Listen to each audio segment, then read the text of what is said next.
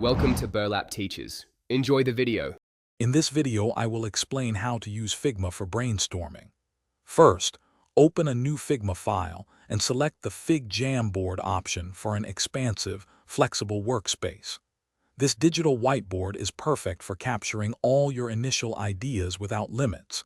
You can easily drag and drop elements, ensuring a smooth and intuitive start to your creative process. Get ready to transform your brainstorming sessions. Once your Fig Jamboard is open, explore the template library for pre-designed layouts that suit your brainstorming style.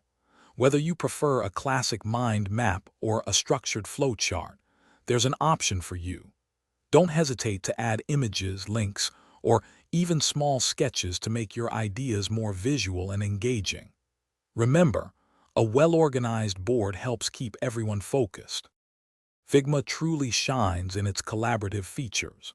Encourage your team to use cursor chat for quick comments and questions, fostering a dynamic environment.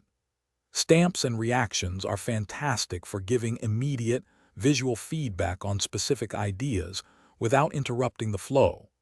You can also set up voting sessions to collectively decide which concepts hold the most potential, streamlining your decision-making process. After generating a wealth of ideas, it's time to refine them. Start by grouping similar concepts to identify common themes and eliminate redundancies.